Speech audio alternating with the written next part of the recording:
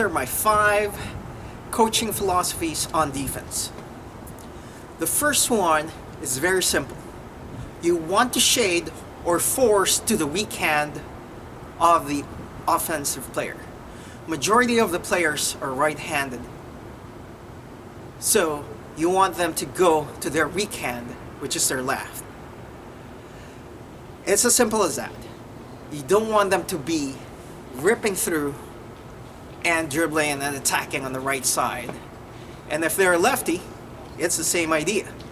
You don't want them to be ripping through and driving on the left.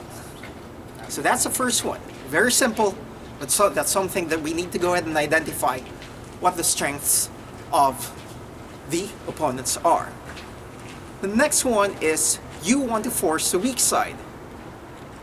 And at the same time, you want to force them baseline and then crowd that half of the court. What do I mean by that? So if majority are right-handed, you don't want them to be on the right side of the court. You want them to be on the left side of the court. Okay? So from the point of attack at the middle, you want to shade them to go to the left. Once on their left side of the court, you have the sideline over there, you have the baseline over there, and then you crowd that section right there.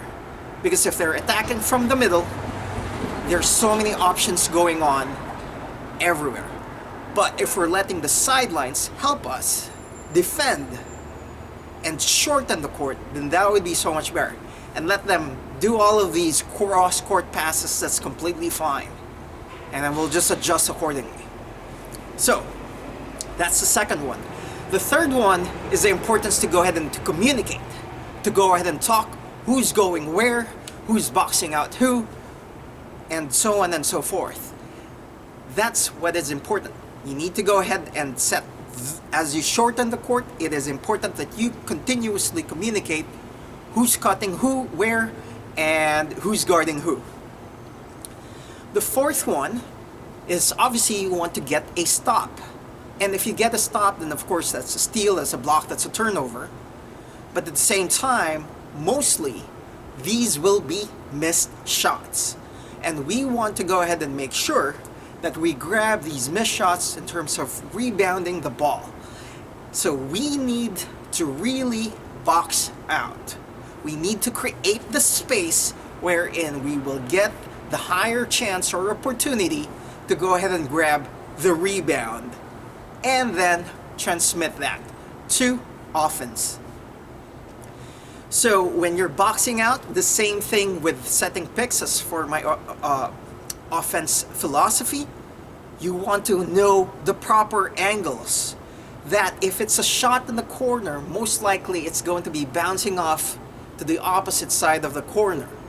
So learning these angles, learning where these shots are coming from, most likely where they're headed, those are the things that we need to go ahead and learn, and how to go ahead and box them out. And how you position yourself to go ahead and grab that rebound. The last one is we want to gamble wisely. What do I mean by that? Is that we're not just trying to go ahead and steal every pass or trying to go ahead and poke the ball however we want to go ahead and poke the ball and try to steal it. And then we end up either, if we miss stealing the ball, then now our defensive set is off. And now it's going to create problems for us. So I want us to be gambling intelligently, wisely, timely, to go ahead and really have that assessment if we can really steal that ball and not take us out of position. And then at the same time, if we're trying to steal the ball, if we're swiping through the ball, and then if the referees will just call a foul, that's something that we want to avoid as well. So if you think you poking the ball and gaining that steal, by all means, but that's what it is. We want to gamble wisely. Okay? And in terms of creating turnovers, it's the same thing.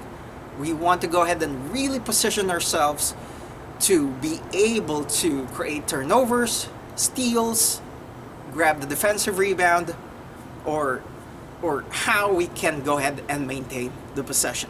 So those are the 5 items that I have regarding my philosophy on defense. Thank you.